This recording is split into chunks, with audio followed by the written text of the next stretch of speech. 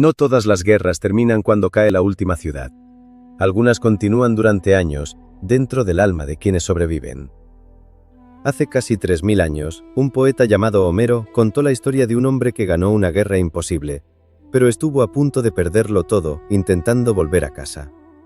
Su nombre era Odiseo, rey de Ítaca, padre, esposo, astuto como nadie y, sin saberlo, protagonista del viaje más peligroso jamás contado. Porque la Odisea no es solo una aventura con monstruos y dioses caprichosos, es la historia de un hombre luchando contra el tiempo, el destino y contra sí mismo. Y si te quedas hasta el final, vas a entender por qué esta historia antigua funciona hoy mejor que muchas películas modernas.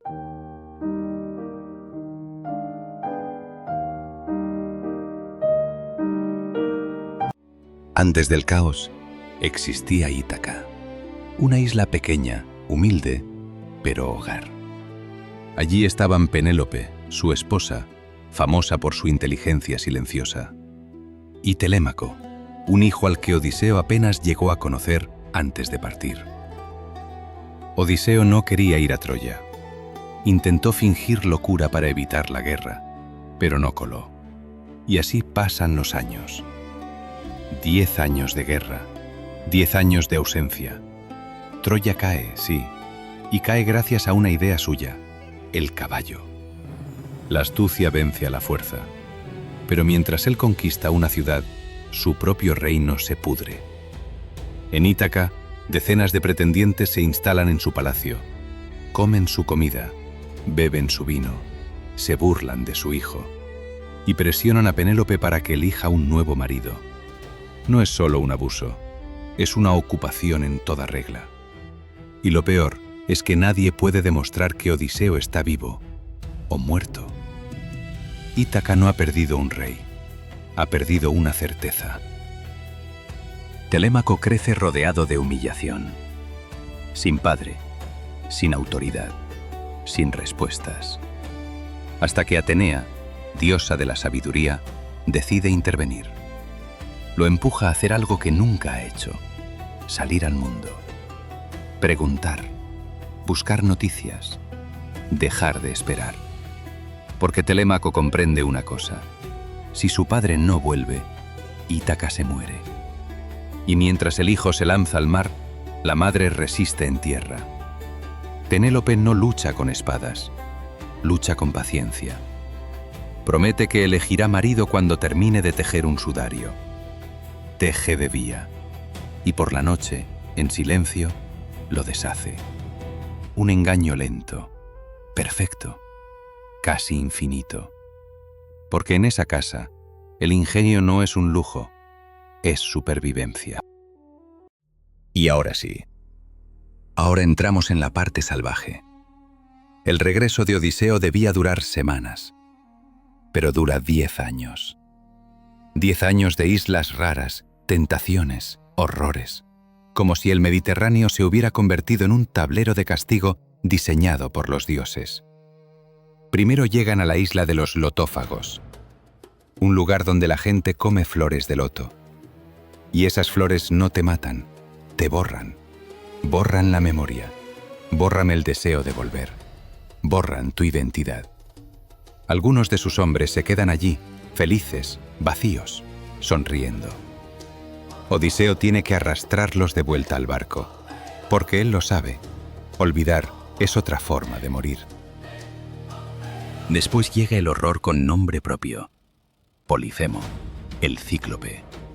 Un gigante de un solo ojo, una cueva, y hombres atrapados sin salida. Polifemo empieza a comerse a sus marineros como si fueran animales.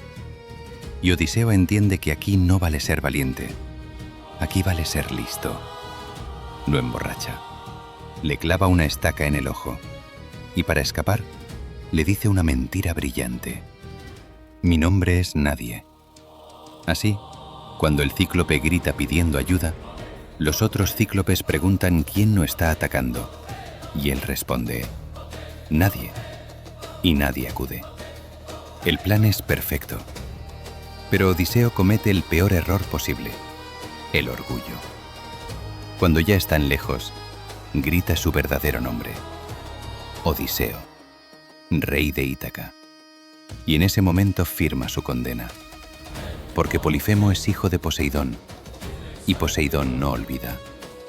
Poseidón no perdona. Desde ese instante, el mar se convierte en un enemigo personal. Aún así, Odiseo casi lo logra. Llega un momento en el que su tripulación ve Ítaca.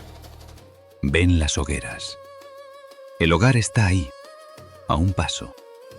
Pero Eolo, señor de los vientos, le entrega una bolsa cerrada. Dentro están encerrados los vientos que pueden desviarlos.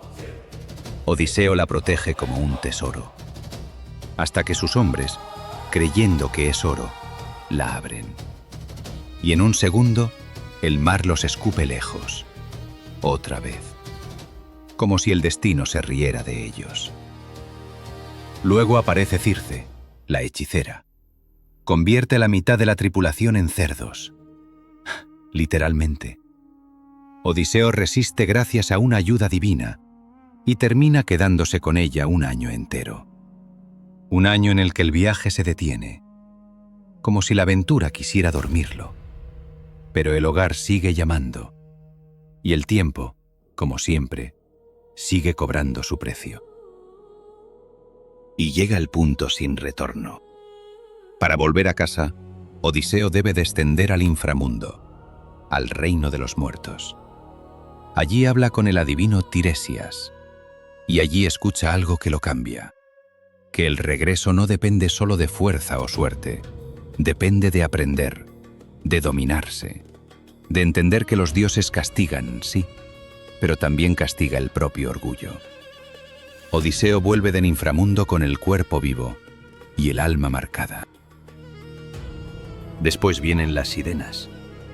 No son solo monstruos, son una promesa. Te cantan lo que quieres oír, te ofrecen conocimiento, te ofrecen sentido. Y Odiseo hace algo extraño. Decide escuchar. Se ata al mástil y obliga a sus hombres a taparse los oídos.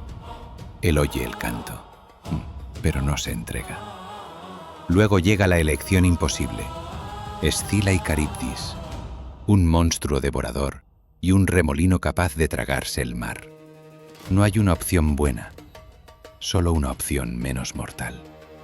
Odiseo elige perder a algunos para salvar al resto, y eso también lo cambia. Pero al final, la imprudencia regresa. Sus hombres matan las vacas sagradas del sol, a pesar de las advertencias, a pesar de todo. Y los dioses responden. La tormenta final destroza la flota. Uno por uno, todos mueren. Odiseo queda solo. Naufraga.